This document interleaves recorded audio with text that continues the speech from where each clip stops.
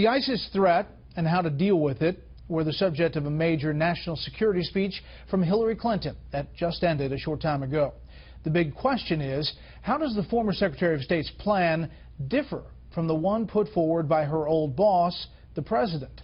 Correspondent Kevin Corke takes a look.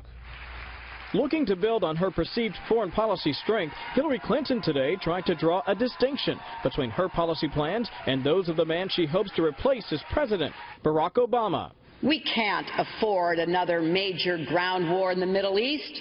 That's exactly what ISIS wants from us.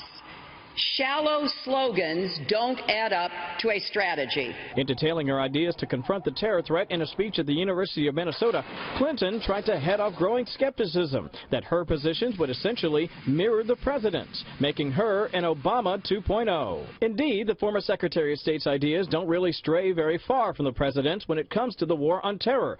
Both back the use of special forces operators, airstrikes against ISIS targets, arming local fighters, and continued diplomacy to solve the Syrian crisis. But it's a political conundrum, say experts, who note Clinton's desire to carefully shy away from some of the policies she helped to create while in the administration. She's trying to define herself independently, while she's also saying that she and Barack Obama are two peas in a pod.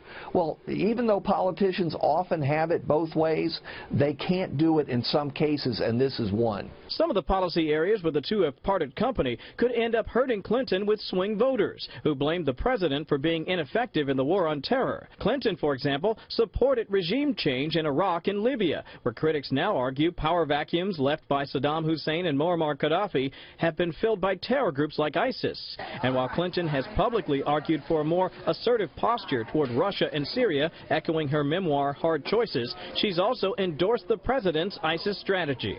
She certainly has a well-earned reputation as an independent thinker, and so I'm confident there are probably some areas where she would disagree with the president. There is no way for the nominee of the president's party to escape the judgment of the voters about the incumbent president. Bret, I have one more nugget on Clinton for you tonight. We have learned from our Catherine Herridge that at least 2 emails that were sent to her unsecured private email server were not just classified, they were actually top secret. That after an intelligence review. We also learned the subjects were North Korea missiles and drone strikes. Bret? We will continue to follow that investigation. Kevin Corke, live at the North Lawn.